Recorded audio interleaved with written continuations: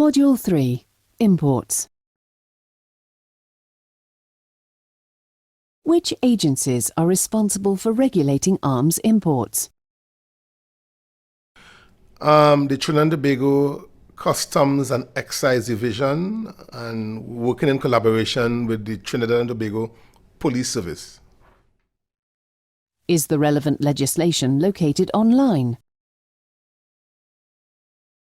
They are found online.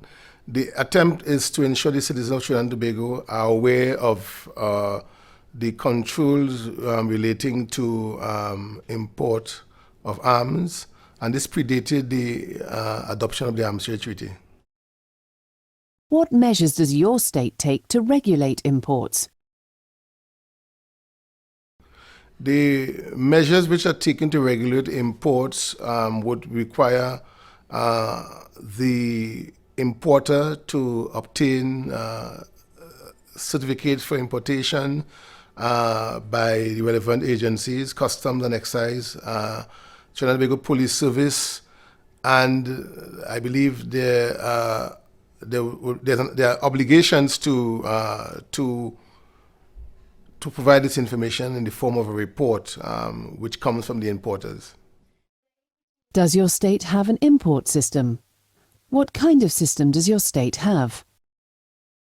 Well, the import system for Trinidad and Tobago might be a bit different from, let's say, those who import a significant number of conventional arms. Our conventional arms are largely imported for the protective services and the military, and there are also individuals who have license to ordinary citizens to hold firearms.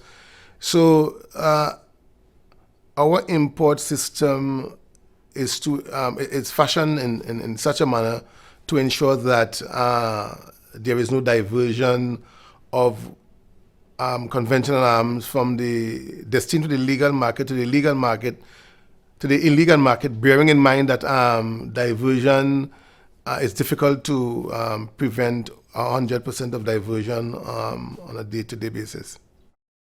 What measures does your state take to ensure that appropriate and relevant information is available to exporting states? Those agencies charged with the responsibility for the regulation of the imports of conventional arms, for the licensing of conventional arms, and for the prevention of diversion of conventional arms, they would liaise with the exporting state to ensure that as many gaps or as many loopholes are clogged as possible. Does your state keep records of its imports? What information is contained in the records? The imports which would be recorded would be those which are authorized, and those which are authorized for official purposes would be actual imports. States must demonstrate how they fulfill their ATT commitments with regard to the establishment and maintenance of a system for regulating imports. They must provide information on legislation that regulates imports.